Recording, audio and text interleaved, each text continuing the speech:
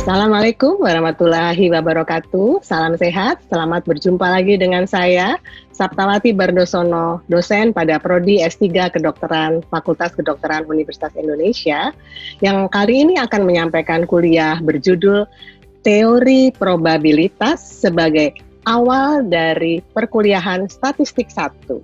Selamat mengikuti. Pada kesempatan ini, saya Saptawati Bardosono akan menyampaikan ringkasan kuliah tentang probabilitas.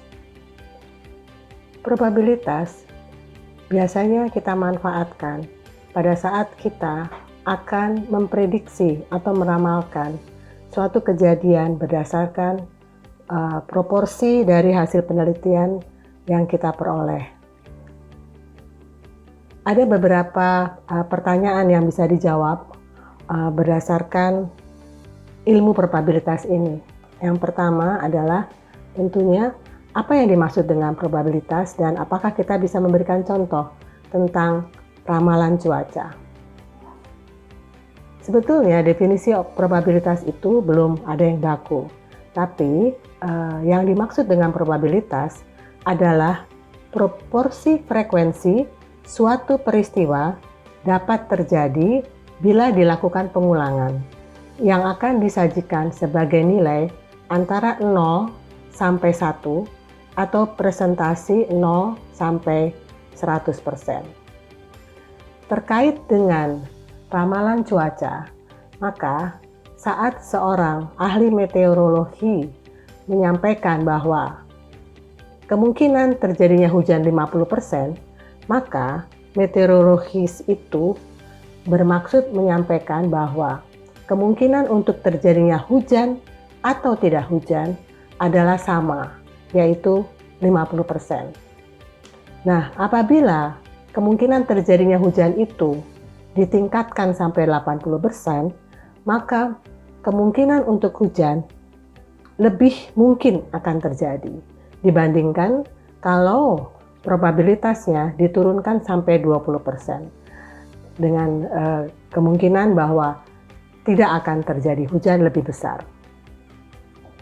Pertanyaan kedua adalah, apa interpretasi dari pernyataan proporsi sindroma metabolik pada penderita obesitas dalam 5 tahun adalah 50%? Dalam situasi ini, maka probabilitas metabolik sindrom dalam 5 tahun setelah didiagnosis seorang itu obesitas dapat dimaksud adalah proporsi berapa kali kemungkinan orang dewasa yang sudah didiagnosis obesitas itu akan menderita sindrom metabolik dalam 5 tahun. Kemudian pertanyaan yang ketiga, bagaimana caranya untuk menghitung probabilitas kombinasi jenis kelamin dari 2 anak yang akan dimiliki oleh sepasang suami istri. Nah, bayangkan bila sepasang suami istri merencanakan ingin punya 2 anak. Tentunya anak pertama kemungkinan adalah laki-laki atau perempuan itu 50-50 atau setengah laki setengah perempuan. Nah, anak kedua pun demikian. Kemungkinannya adalah kemungkinan setengah laki-laki setengah perempuan. Nah, kalau kita ingin mengkombinasikan apakah anak pertamanya laki dan keduanya perempuan, atau anak pertamanya perempuan keduanya laki, atau kedua-duanya perempuan atau kedua-duanya laki-laki, maka masing-masing kombinasi itu ada 4 kombinasi dan masing-masing kemungkinan terjadinya masing-masing kombinasi itu adalah 1/4. Pertanyaan selanjutnya, bagaimana cara menghitung probabilitas subjek kurang gizi dan anemia misalnya?